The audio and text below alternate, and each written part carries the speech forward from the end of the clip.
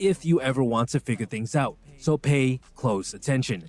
The first thing you have to do is work on your fundamentals. There are certain skills that will drastically increase your chances of success at whatever it is that you want to do later in life. So it's always a good idea to spend some time honing these skills if you don't really know what you should be doing in the big picture. See, when I dropped out of college, I ended up working in the world of sales. I basically just walked around and talked to people for like 10 hours a day.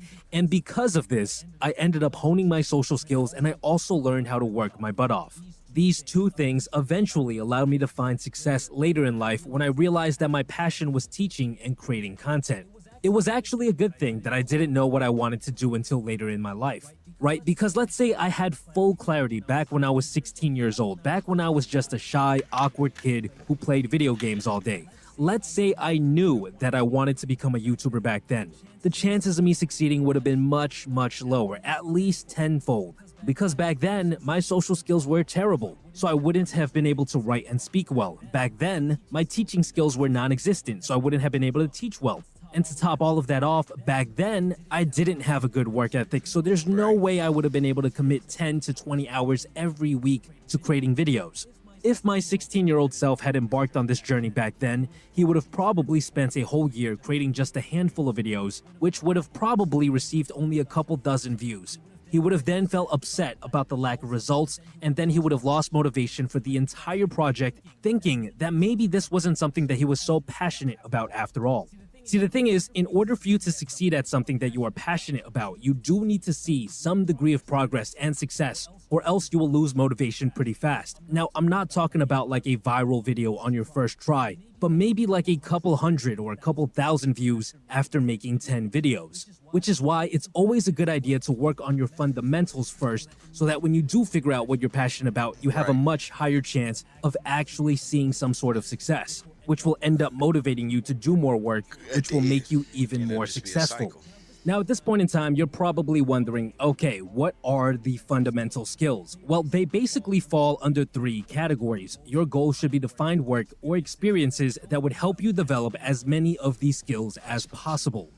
First, you got the work ethic skills, because you won't be able to succeed at whatever you're passionate about unless you know how to work for long periods of time on that specific thing. So this includes things like increasing your focus, being able to work your butt off for hours, being able to handle rejection, patience, and emotional regulation.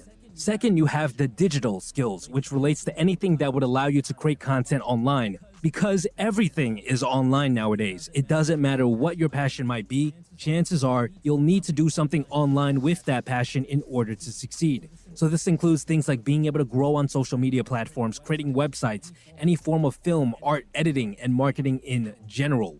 And finally, there are the social skills. The better you are at making friends, getting your thoughts across, and working with others, the more success you'll see.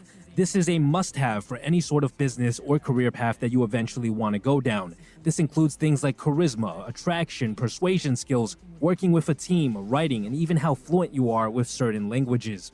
You see, the world is eventually going to have one shared language in the future, and it's probably going to be English. And if you want to be able to make a decent living with your future passion, then you definitely need to become fluent in English in order to tap into the most profitable market in the world.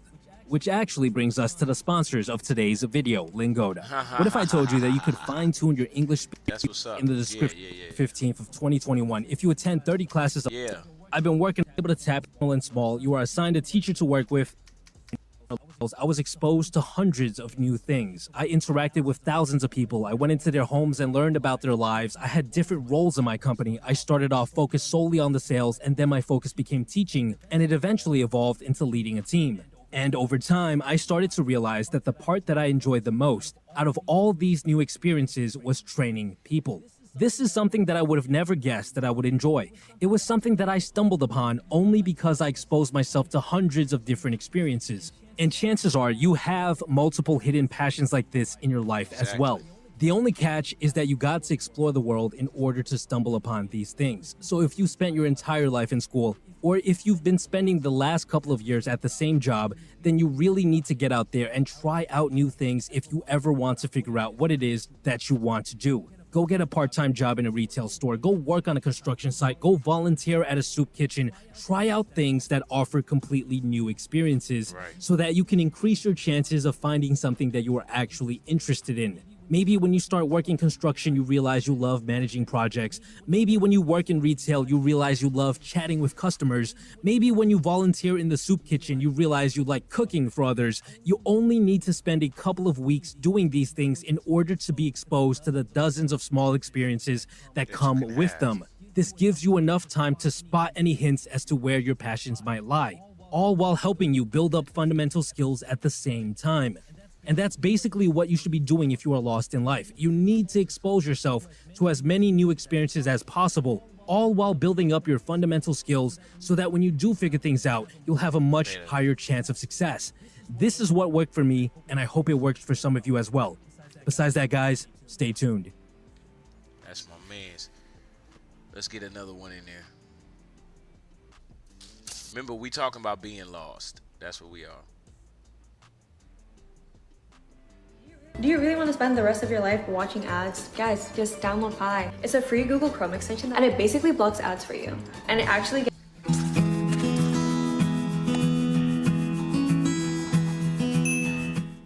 Hey Psych2Goers, welcome back to another video. Before we start, we would like to thank you all for the support that you've given us. Psych2Go's mission is to make psychology and mental health more accessible to everyone, and you help us do that, so thank you. Now, back to the video. Have you ever gone through a period of time where you felt sad and alone all the time? Even when you're around friends or family, somehow you still feel detached from them and the world. Maybe you don't want to talk about it, but you find that expressing how you feel can make you feel better. And if nothing else, it can make those around you going through the same thing feel less alone. So here is an Hey, what's up? Welcome to another episode of Expansion Pack. I'm your host, Dan F. Man. It's good to be in here with y'all. We're going to go ahead and get our motivation in first, of course. But first, let me tell you what the topic is. We are evaluating. We're just evaluating. Now, of course, it's Tech Tuesday. So what would we be evaluating? Something technological. All right, let's get it started with the motivation and get ourselves ready for the day. Alright, here we go. That's a little video I was watching earlier. Neurotransmitters. Alright, here we go. Motivation. What's today? Tuesday. Motivation for success. Let's get it. We ain't got 10 minutes. Let's see. Oh, they ain't giving us nothing under 9 minutes. All right, there we go. So what? I just lose this $200,000 in commission because of what? Communication? No.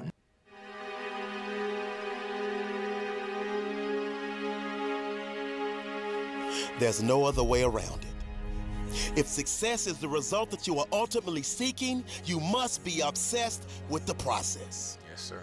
You have no time to let fear, doubt, failure, quit, negative thoughts, or give up enter into your mental. See, you have massive potential. So from the moment you open your eyes in the morning, your mindset has to be win.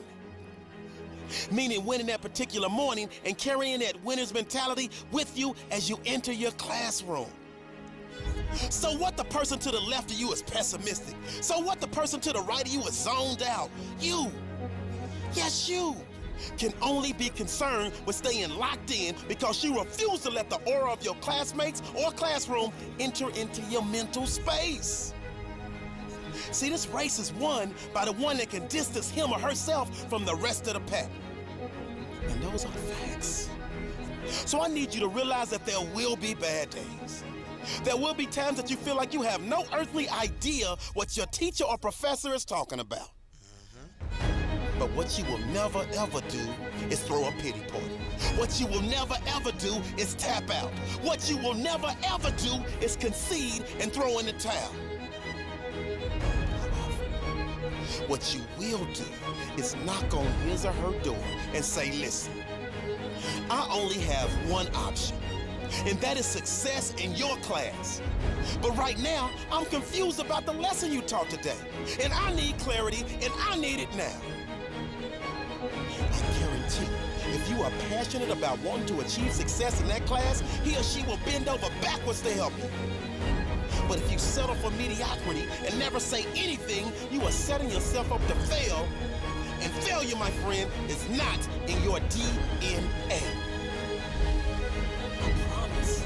You're not the first person to question whether or not they have what it takes to achieve at a high level. I promise. You're not the first person to feel like they are underperforming. I promise. You are not the first person to feel like their brain is about to explode. Listen to me. Those that can push through no matter what storms arise are in the small minority, that small percentile of those that ultimately break through and make their goals and dreams a reality. So the reality is this. You were born with everything you need to pass every class with flying colors. Yes. You were born with everything you need to overcome the anxiety that may pop up from time to time on a mission to derail your lifelong hopes, dreams, and aspirations. See, my favorite acronym is HWPO. And just in case you forget, or just in case you don't know, that means hard work pays off. Yes, sir. So winners like us never lose focus. And we're horrified and petrified whenever someone tries to tell us to take the easy route. Because we already know there is no easy route.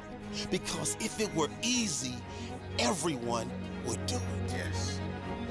So we avoid that ignorance and get back to our grind of studying harder than we've ever studied before, because we understand that you get out of it what you put into it. So we pour our heart and soul into our homework. We pour our heart and soul into studying for exams. That way we sleep like a baby, because we know in our heart of hearts that we have put every ounce of our being into our work, and therefore success is a foregone conclusion. It's gonna happen.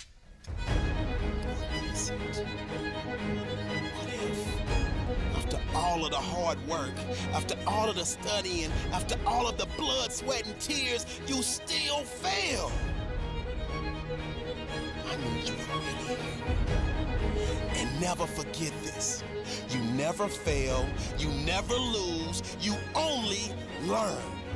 Yes, sir. See, life will knock the mess out of you when you least expect it. It's part of the process. See, that's when you have to tell yourself, because of this setback, I'm strong. Because of this setback, I'm wiser. Because of this setback, I'm smarter. And because of this setback, I'm hungrier than ever. So I say all of this as a friendly reminder. Got this. You were born to be spectacular. So I need you to jump over the obstacles. I need you to go around the pitfalls. Yes, sir. And I need you to push through the adversity. Because that dormant volcano of success that's living inside of you is just waiting for you to grant permission for it to erupt. Yes, sir. Let go. Hope y'all motivated. Hope y'all boosted up. You know what I'm saying? Ready to get it. Ready to start it. Whatever it is that you were starting. All right. So we evaluating today. Let's see. Evaluating use of technology. That's just as vague as I can be real quick. All right. That's an hour. Ooh, we don't need no hour. Ooh, let's see. Living with opioid addiction can be a struggle. This is just to get us started. Supplicate with counseling is for adults with moderate to severe. Hello everyone and welcome to our report. Oh, this is school report. Look at that. We are the group 3B.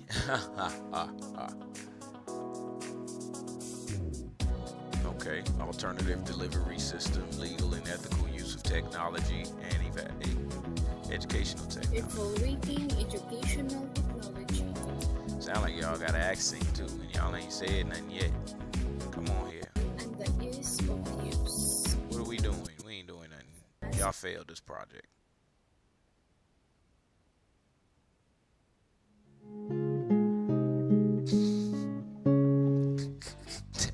just gave them an F on their on their project. Y'all about to get one too, cause ain't no talking. Don't y'all know people don't want to read? We watching a video so that we don't have to read. All right, check this out then. 红色是表示你的专注 Red 力 means 显示的 you're 很高， deeply focused. Teachers at this primary school in China 蓝色是走神了， know exactly when someone isn't paying attention. 白色就是你可能跟网络还没有连接好。 These headbands measure each student's level of concentration. The information is then directly sent to the teacher's computer and to parents. Wow. China has big plans to become a global leader in artificial intelligence. It has enabled a cashless economy where people make purchases with their faces. A giant network of surveillance cameras with facial recognition helps police monitor citizens. Meanwhile, some schools offer glimpses of what the future of high-tech education in the country might look like. 做出选择吧 ，Good job。 Classrooms have robots that analyze students' health and engagement levels. Students wear uniforms with chips that track their locations. Hey, hold on. Pause. Let me say this, and I gotta go to my actual chilling box to say this. Cut off the music. Check this out. Now I know I don't have 1 million followers or 1 million viewers right now, and I'm just a conduit or just spreading the message, all right, of a lot of this stuff. I'm not one to say it should go this way, it should go that way, you should do this, or you should do that. Sorry, I'm hearing the echo. I'm just like the newspaper, just, hey, there it is for you. I just typed in evaluating technology. The most vague evaluating use of technology. The most vague thing I could. And we getting a nice little example of where technology is at right now in the form of your life. It ain't us over here in America, but it is somewhere happening in it. Just watch. Of high-tech education in the country might look like. 做出选择吧 ，Good job。 Classrooms have robots that analyze students' health and engagement levels. Students wear uniforms with chips that track their locations. There are even surveillance cameras that monitor how often students check their phones or yawn during classes. These gadgets have alarmed Chinese netizens. But schools say it wasn't hard for them getting parental consent to enroll kids into what is one of the world's largest experiments in AI education. A program that's supposed to boost students' grades while also feeding powerful algorithms. 为了就是国家的这个 If it's for our country's research and development, I don't think it's a problem. 研究呀、发展呀，我觉得是没有问题的。 The government has poured billions of dollars into the project, bringing together tech giants, startups, and schools. We got exclusive access to a primary school a few hours outside of Shanghai. 同学们早上好。 To see firsthand how AI tech is being used in the classroom. For this 5th grade class, the day begins with putting on a brainwave sensing gadget. Students then practice meditating. 现在想象我们眉心有一点柔和的光芒绽放。 The device is made in China and has 3 electrodes, 2 behind the ears and 1 on the forehead. These sensors pick up electrical signals sent by neurons in the brain. The neural data is then sent in real time to the teacher's computer. So while students are solving math problems, a teacher can quickly find out who's paying attention and who's not. 说明这段时间他是有点在那走神的。 A report is then generated that shows how well the class was paying attention. It even details each student's concentration level at 10-minute intervals. It's then sent to a chat group for parents.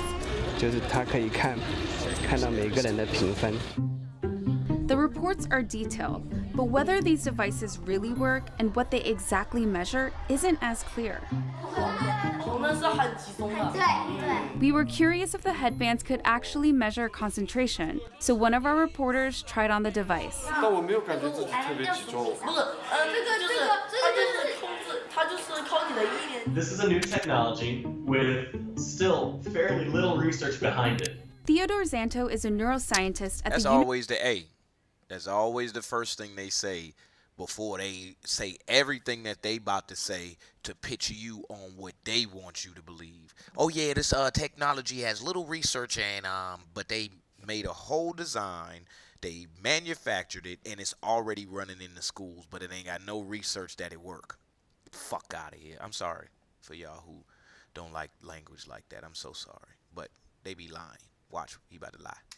University of California, San Francisco.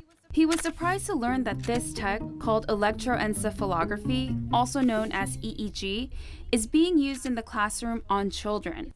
It's usually used by doctors in hospitals and labs. EEG is very susceptible to artifacts. And so if you are itching or just a little fidgety, or the EEG wasn't set up properly so that the electrodes didn't have a good contact, affects the signal. Despite the chances for false readings, teachers told us the headbands have forced students to become more disciplined. And you know what? In that light, that's good. Students become more disciplined. Y'all life. Y'all life. Listen, I'm going to be old. I ain't going to be able to move that good. And I don't need some little snot-nosed, dumb little kid trying to take care of me. And I'm only talking about mine. You see what I'm saying? Or messing the world up, and where I got to get up out my wheelchair, up out my rocker, and go fix the world again because you done messed up. I like disciplined children. They might even wipe us out, adults. They might be like, y'all adults just too old. You need to be worried about the children, not the AI, because the children is going to come up and they're going to take over the world, and they might not do what you like. They might raise taxes for everybody over 60, and guess what? We over 60 now. So we need some disciplined children. 问题就是他们的声音会比平常更响亮。 Teachers say the students now pay better attention during class, and that has made them study harder and achieve higher scores. 上课认真听讲，作业做的基本上是全对的。 But not all students are as enthusiastic. 就是自己感觉真的，我感觉这里有个印，紧的。 This fifth grader, whom we caught dozing off in class, told us his parents punish him for low attention scores. And that kind of data adds a new kind of pressure for students. 你想啊，如果在一次考试全班人都考了 gets a score of 95 or higher. 95分以上，就你考了一个85。 You get a score of 85. 你会不会感觉你 feel behind? 有一种Companies we interviewed said the data can go to government-funded research projects. We spoke to parents who were unclear about where the data ended up, and they didn't seem to care too much. Santos says there's likely no privacy protection at all. In a classroom, if you're trying to make an assessment of an individual student, you really can't anonymize it. Experts and citizens alike are sounding alarms about various aspects of the country's huge push into artificial intelligence. These classrooms are laboratories for future generations. And while these new tools may potentially help some 200 million students raise their grades, just how this all works out won't be apparent until they become adult citizens. Hey man, yes, thank you for commenting in the chat. I need to know something on what somebody else thinking other than me. Please comment in the chat and let me know what y'all thinking about this. I'm sorry I left it on the chilling screen. Please let me know, because this is a good start to the day right here. I like this start. We evaluating. All right, the students believe it is working, so they want to do it well. Placebo effect, but it's making them better. Americans always got something to say if they didn't create it. Yeah. So that's funny that you say that, because that's why I was gonna go with that. When this is fully rolled out, it's gonna be disastrous in those places where people want to still like kind of not have everything on somebody's tracker or electrical device to be able to watch. It's going to be disastrous. But it's going to find equilibrium in the fact that you have so many potholes in your life, like potholes, straight like that. Every time you hit it, you brum, brum, brum, brum, brum, brum, and you don't have no method to fix it. These types of strategies and technologies and devices and all of that, where they are going to be scary and disastrous when they first come out, for a great majority of people, there is going to be a brighter day, and there is going to be some very overwhelmingly beneficial things that happen. And those potholes are going to be fixed in your life. And how do you live without the potholes is the real question. How does Wile E. Coyote react once he catch the road runner? You understand what I'm saying? And we're going to go from there. So it is going to be scary. It's not going to be one of them things where you just all down for. But I want you to know everybody's on camera every day anyway. And where's that data going? Every time you get in your car and you go drive. So just chill, everybody. Just chill. Let all of the bugs, all of the kinks get worked out. We've been living with electrical devices, whether it be surveillance, TV, radio, whatever, for a whole bunch of years now. The world didn't just start yesterday. So, all right. Moving on. Let's go back into that search because that was good. That was good. Let's see some other. You know what? Evaluating fringe technology. Let's go. That's what we're going to go with this. All right. Finding, evaluating, mitigating technology debt during due diligence assessment. What? Boy, read that title fast. Well, all right. Fringe technology. Let's just type that in. All right. All right, Gabby from Vegas. I'm gonna give you 14 minutes if it's good. Your concentrate order. So our brownie batter went back in. Starting with science and tech, this is... Let's go. Hey guys, Tyler here. As viewers of this channel may know, Fringe is one of my favorite shows of all time. A science fiction drama that aired on the Fox network from 2008 to 2013, Fringe follows a division of the FBI tasked with investigating strange events using fringe science. No, it's not just the X-Files. It's different, okay? Oh, I'm going to watch this. In Season 2, we're introduced to a parallel universe that's more technologically advanced, but whose environment has been badly damaged by so-called soft spots, disturbances in the fabric of space and time. Fringe's alternate universe has long been fascinating to me, and in this video, I'd like to highlight some aspects of their alternate reality that have been prescient. I know this is like a, it seemed like he just gonna break down the show, but we're gonna watch a few minutes of this just to see where this is going. This reminds me of our conversation about learning on yesterday. Exactly. I'm for this type of technology if it makes our children conscious of their actions to their lives. Exactly. And that's the biggest part. You got somebody or something that's consciously aware of what is going on internally. See, we have a separation with that. Like, you don't know what I'm thinking right now. So it looks as if I'm distracted. I'm not paying attention, which is the same thing. But I'm actually obligated with something other than what you want me to be obligated on. And so when you got that accountability with somebody saying, hey, pay attention, pay attention, pay attention, it changes your trajectory on how you're going to actually complete that thought. Like, you ain't just going to do it now. You're going to be like, oh, I can't just do that because somebody's watching.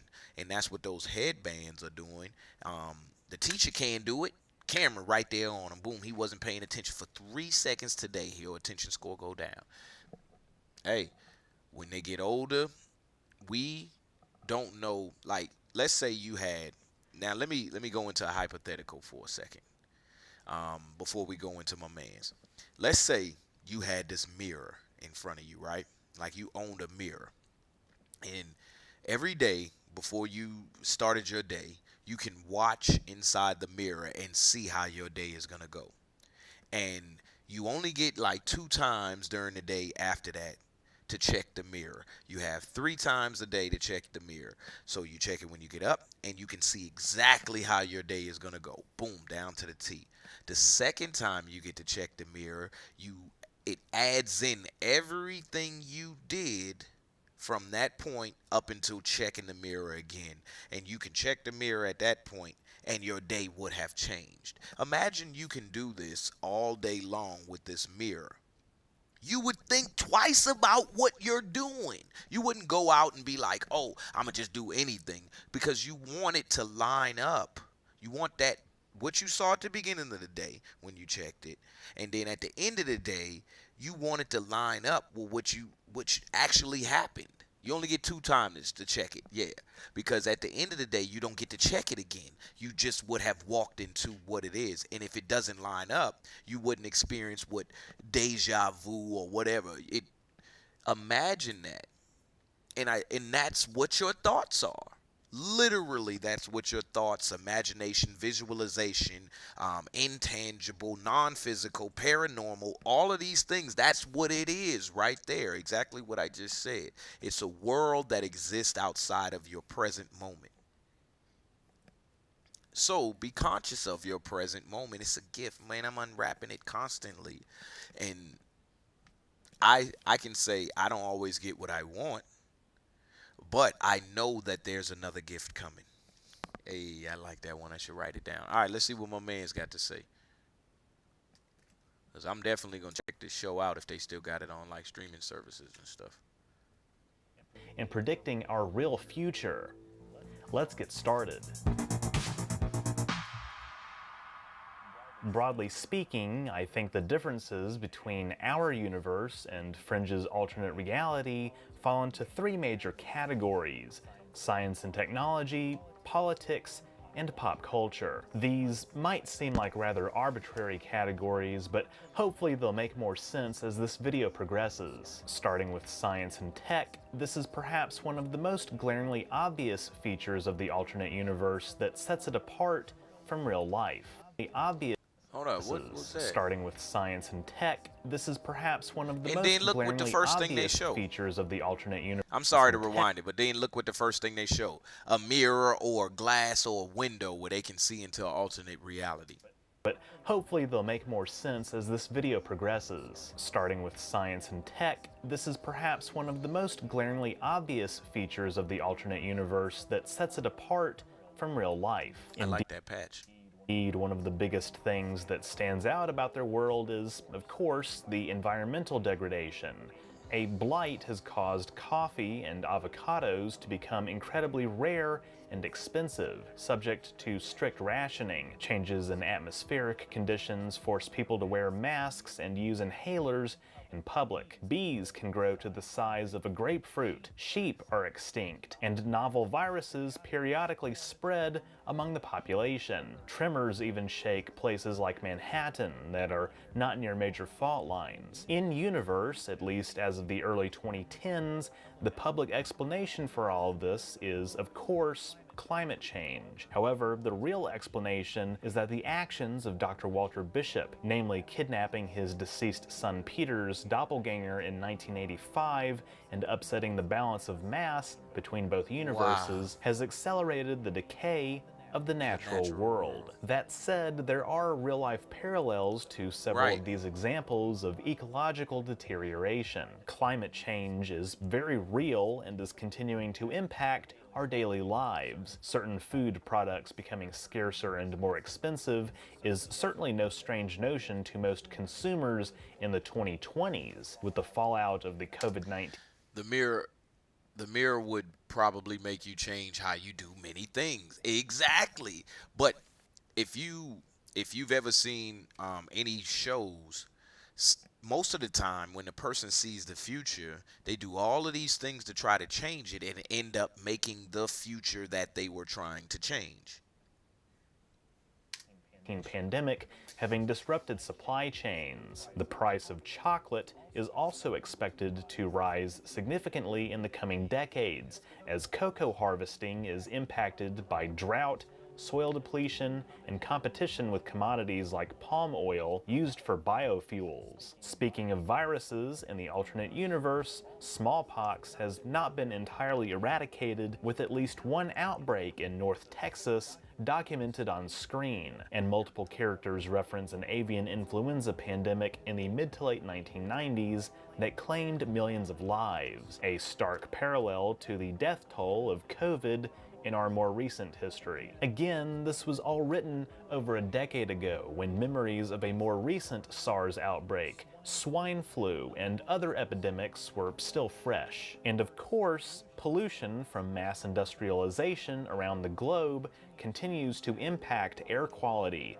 driving up cases of asthma, while masks being commonplace is also something we're all intimately familiar with by this point. Remember, he's just talking about a TV show right now, y'all. As for the giant bees, well, large killer bees do exist, and sightings of them have become more frequent over the past few years. And while domestic sheep are not on the endangered species list, we are in the midst of Earth's 6th major mass extinction. As for tech, I've made multiple videos about the alternate universe's more advanced butterfly effect, yep, technology, which you should check out if you haven't already. Links in the description. The show depicts a variety of areas that demonstrate the other side's technological superiority. Among these are spaceflight, consumer gadgets, medical technology, and more. Well, he's got third-degree burns over 90% of his body. He's gonna need 3 months in a nanite regeneration chamber. But he'll live. There are also machine-human hybrids called shapeshifters that, much like the T-1000, can pose as just about anyone. Yeah, we're not quite there yet. But in addition to things like compact flip phones in 1985, electronic paper in 2004, and fancy transparent phones in 2010, Fringe's alternate reality does showcase one development that has become extremely common in the modern age: hands-free communication. Namely, rather than today's AirPods or a traditional Bluetooth headset, civilians and Fringe agents alike in the alternate universe wear what is called an ear cuff. It's exactly what it sounds like, a cuff-shaped device that seems to function much like a Bluetooth earpiece. Fringe's alternate universe is also notorious for depicting a level of spaceflight technology that is, frankly, decades ahead of our timeline. Next to artificial intelligence, space is often one of the most ambitious realms in science fiction for making predictions, including Blade Runner's off-world colonies, which exist as early as 2019. In the case of Fringe, such differences start out relatively small. In the Season 2 episode Dream Logic, we see a poster in Peter's bedroom commemorating the Space Shuttle Challenger's 11th mission on June 28, 1984. In real life, Challenger only flew 5 missions up to this point, although the Space Shuttle Columbia's maiden flight was famously delayed by 2 years due to various mechanical issues. Clearly, on the other side, these were fixed from the get-go. But more than that, in the Season 3 episode Olivia, we see an advertisement for daily flights to the moon available to the public. It's not clear if this means that lunar landings are so contributing further to climate change as well. Finally, private spaceflight companies, like the company Gladderflug that offers daily flights to the moon, and Fringe, have certainly played a pivotal role. This is definitely true in real life, as companies like SpaceX have helped lower launch costs, and the billionaire playboy fantasies of the likes of Richard Branson and Jeff Bezos have actually taken rich citizens into low Earth orbit. Gladderflug's advertisements seem to be a logical extension of that. Oh yeah, and they have helicopters equipped with autopilot, a clear extension of self-driving car technology in real life. All right. So we're not going into the politics and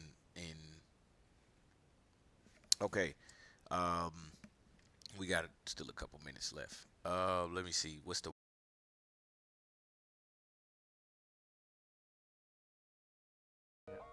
So there's no drum. Right. True AI is not here. We could get get excited about a couple of tricks.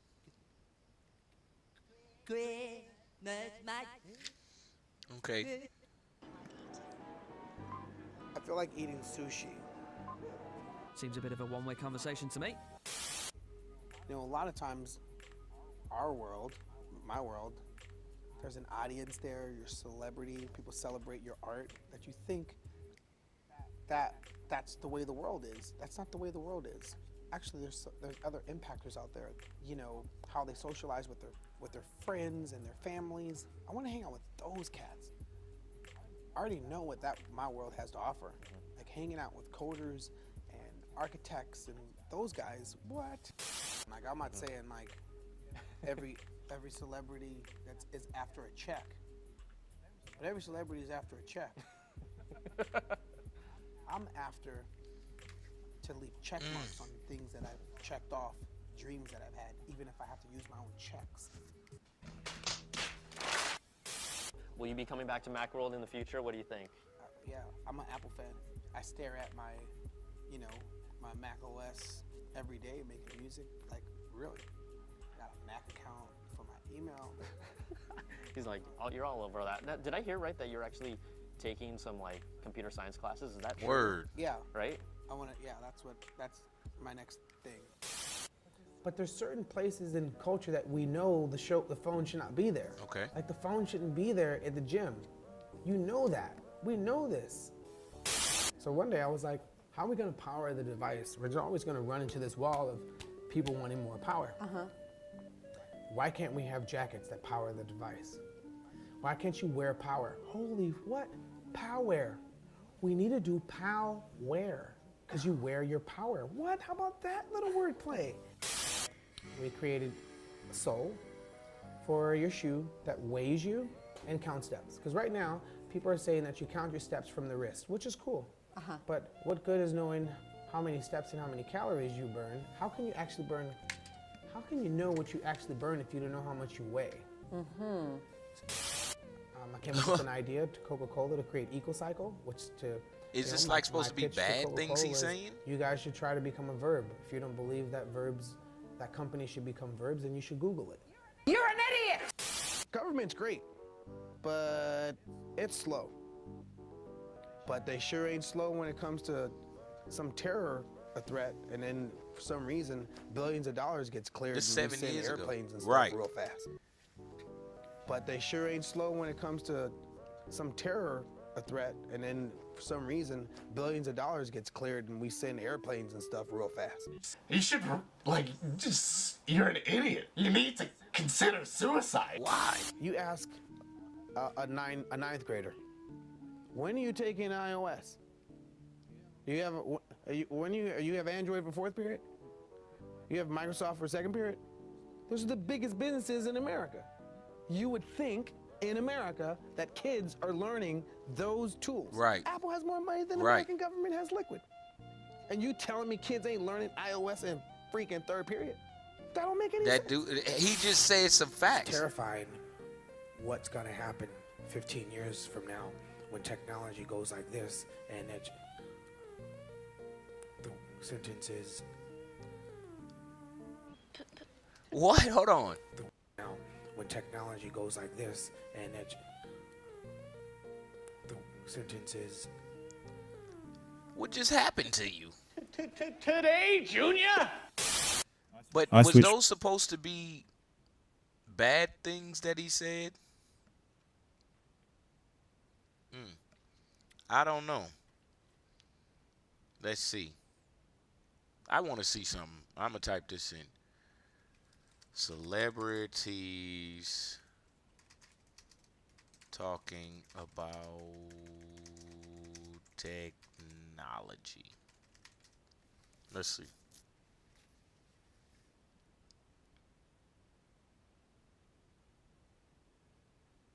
Just an hour a day. If we really looked at this together, do you have your phone with you? Yeah. You want to look? Okay. Okay, here we go. You ready? Screen time. Hit general. Screen time. Sometimes this is a scary number, but... I know. That's why I thought...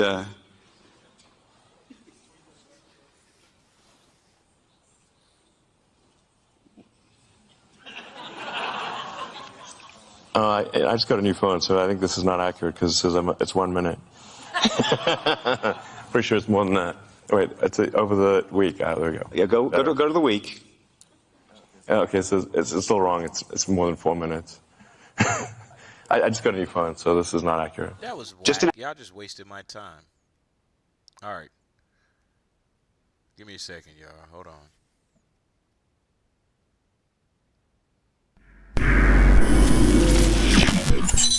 Let's watch this. Kid Boo, welcome to Vlad TV. Hello. Making a lot of noise recently, man. Congrats. Thank you. Yeah, you know what I mean? It's like, you know, everyone works towards that, you know, that video that goes viral. And it looks like you have like a nice little handful of them now. You know what I mean? It's a big accomplishment. Yeah, I got my hands a bit full now, thanks to these accomplishments. Got a few more extra things in my hand I didn't quite anticipate, but it all comes with the territory, I suppose. Of course. So, where'd you grow up? South Florida. Okay. I guess you were born in Jersey? I ain't watching this. Yeah. Because it's gonna take too long, and I don't know who he is. Come on, give me something.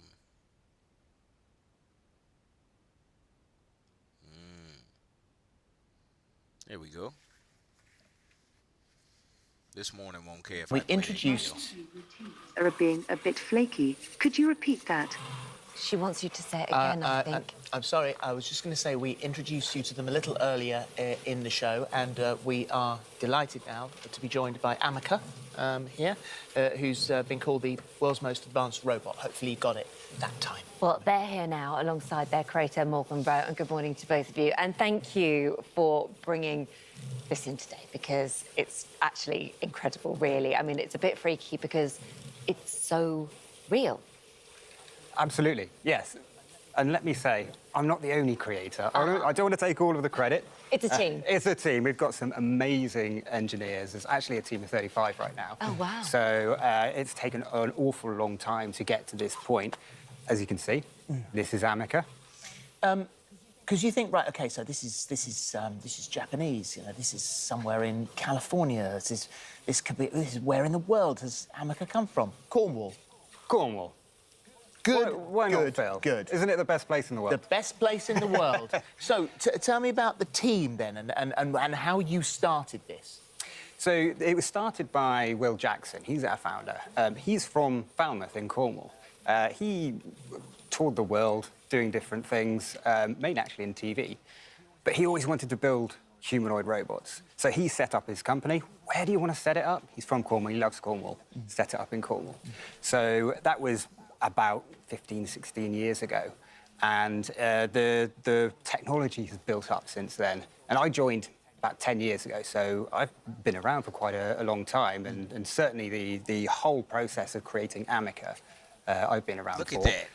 And so what makes Amica quite unique is that you can actually have a conversation. There is nothing pre-programmed about this. They are actually thinking for themselves. I mean, how does it work? Well, we've created Amica to be that human-to-robot interactive robot, basically. Yeah. It's not a robot that can walk around yet, but it's mainly about the human-robot interaction. So we've really worked hard on the expression and the gesturing. That's the hardware side of things, but then you've got the software side of things. That's the AI.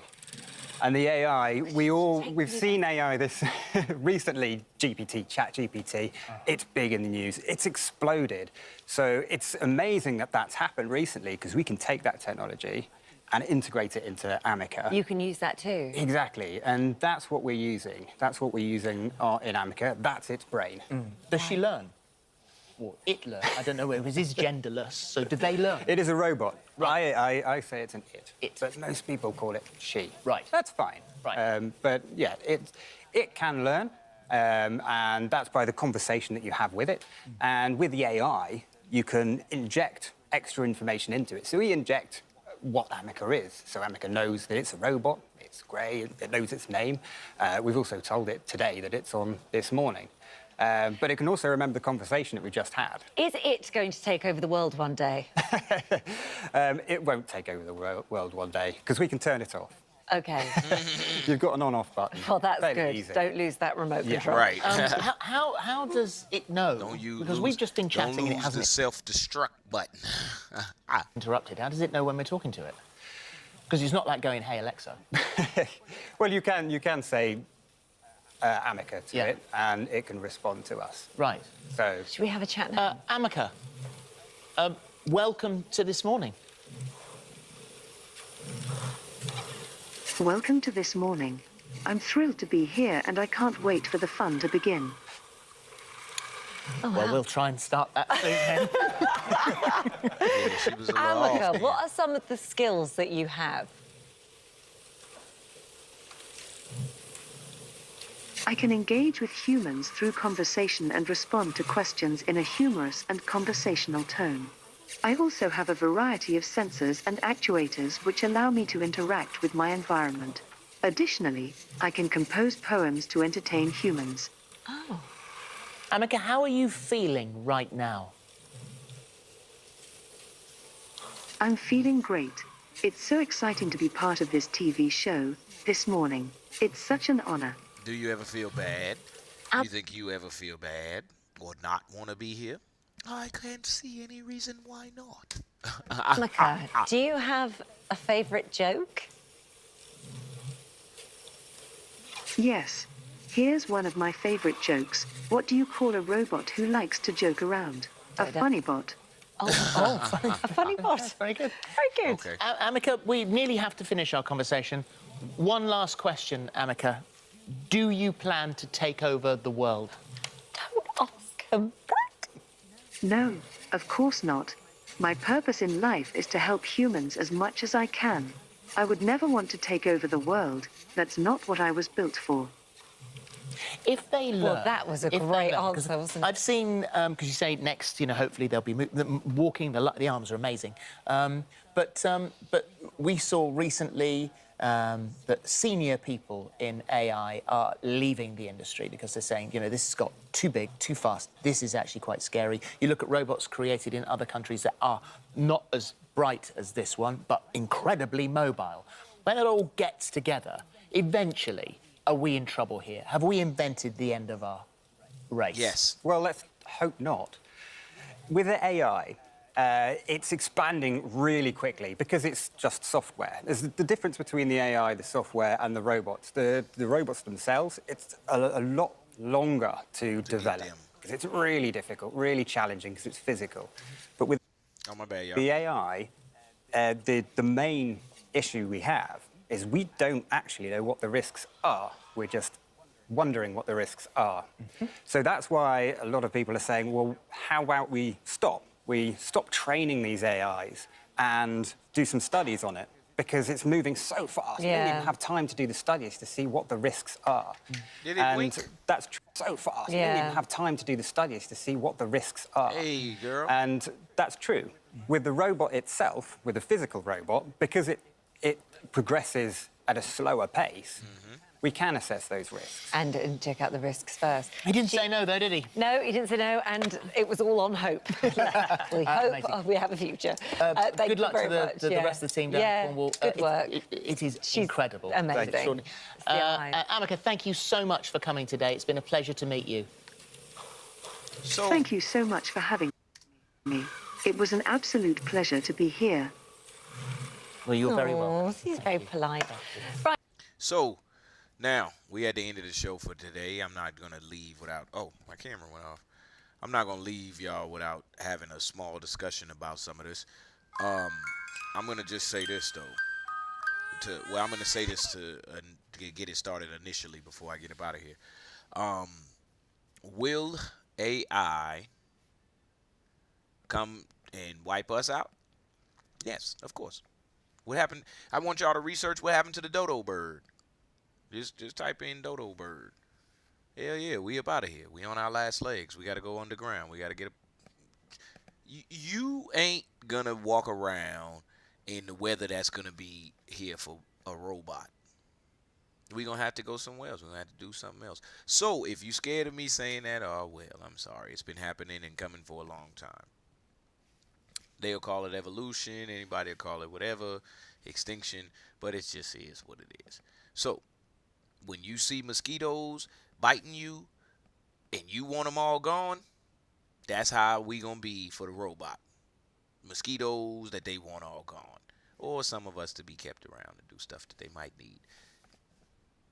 That's my take on it. What happened to the dodo bird? Y'all look up what happened to the dodo bird when we came along. Dodo bird ain't here no more. All right, this has been another episode of Expansion Pack. I'm your host, Dan F. Man, here on Tech Tuesdays. I hope y'all got something out of this. This is DGTA TV. See y'all tomorrow. Find Your Way Wednesday. Peace. I'm bright enough. I'm old enough. I'm young enough. I've experienced enough. I'm wise enough. I understand that I am enough.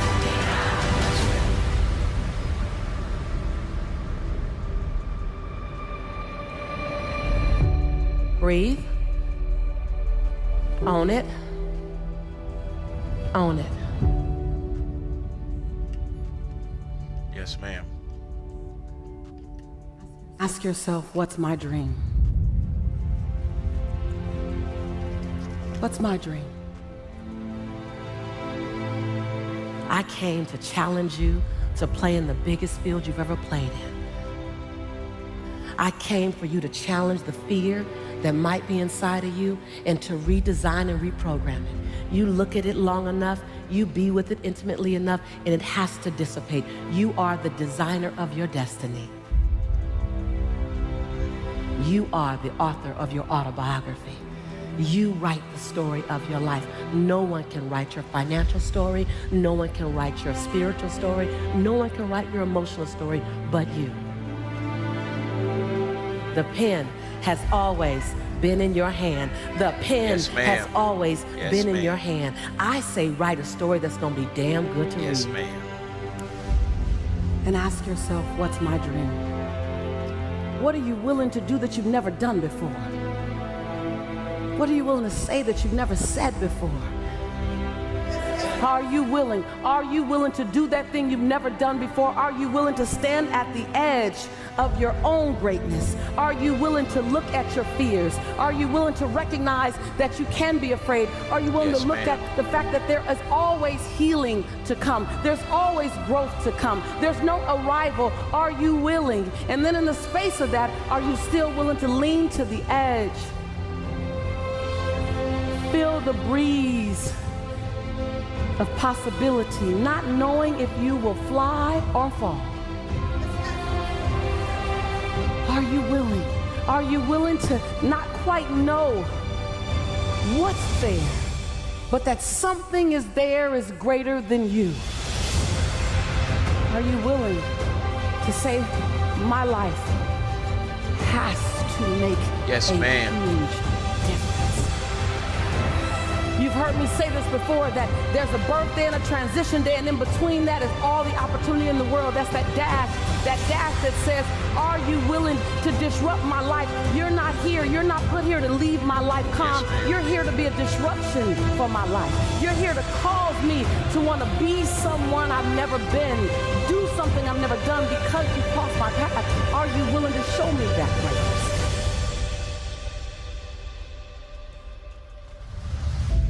It's going to cost you more time than you thought you'd have. It's going to cost you way more money than you thought you would invest. It's going to cost you some friends who couldn't make the entire journey with you. It's going to cost you that sense of, oh my God, I got to leave. I got to die to the old me to allow the new me to be born to my future. It's going to cost you something. This is the year for reset. This is the year for restart. This is the year for reignite. This is the year for repeat the things that you love. This is the year for recommit. This is the year for redesign. This is the year for re-engage. This is the year for restart. This is that year. I stopped by to ignite your fire. Yes, ma'am. I stopped by to have you confront fear. I stopped by to have you look at what it's cost you and to make a bold declaration. The next time it rises up, you rise up a little bit higher than it.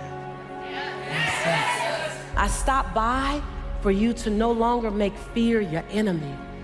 Make fear your fuel. Yes, ma'am. I stopped by to redefine fear. To redefine it. Because fear is an emotion like any other emotion. Fear is an emotion like love, like compassion. Fear is an emotion, we just gave it more power. We just gave it more power. Compassion, oh, that's nice. Fear, ooh. we gave it a meaning. Yes. And some of you know you've heard this before, that fear is false evidence appearing real. Okay. Now it's time to literally biohack the impact that fear has had on you. That fear no longer becomes your fortress, fear becomes your fuel. Fear is that thing that pushes you forward. Fear is the thing that reminds you, oh, I need to go get more information. Oh, fear will keep you up at night studying. Fear will take you to a coach or a mentor. Fear will cause you to eat a slice of humble pie. Repeat after me. I am ready.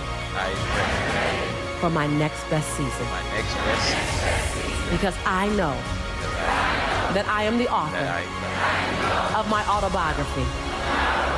I am the designer of my own destiny. I am writing my life story. And I'm writing a life story that I'm going to love reading. Yes, ma'am. And others will be inspired by. On one page, they'll read my fear. And on the next page, they'll know I did it anyway. Yes, ma'am. I commit to hold fear in one hand and passion in the other and leap and leap and leap every time. Every time. I ask that each of you hold me accountable to my contribution on this planet. Turn to someone and say, don't let me off the hook. Yes, ma'am. Hey, y'all heard what she said. Don't let him off the hook. Don't let me off the hook, them off the hook. We got to make a better planet out here. All right, y'all. That was some good motivation. I don't know about y'all. It's for women, but it's by a woman, so it really was for everybody. It don't matter. Motivation for women on Tuesdays, though, by the way, y'all. All right, so let's go ahead and get into our topic for the day, which is pros and cons. As you know, it's Tech Tuesday, so we're going to look at some more pros and cons of some of the technology that's out here. And what I specifically want y'all to see is social media.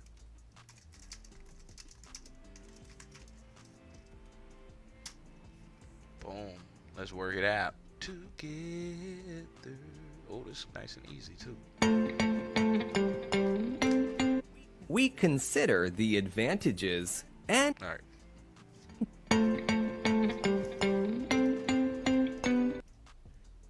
Social media has changed the way that we keep in touch with friends, get news, and interact with people all over the world. It has opened up new possibilities for us. My man's talking slow, but we need but that. Can also be very addictive. In this article, we consider the advantages and disadvantages of social media. Connectivity. Thanks to social media. All right, man. You're killing me. You was killing me. So hold on, y'all. Give me a second.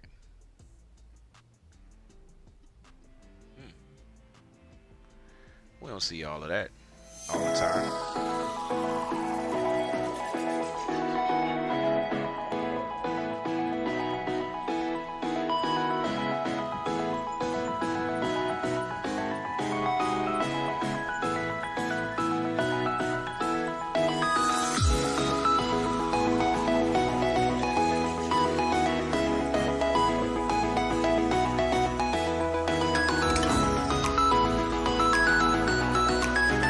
Ain't no talking in this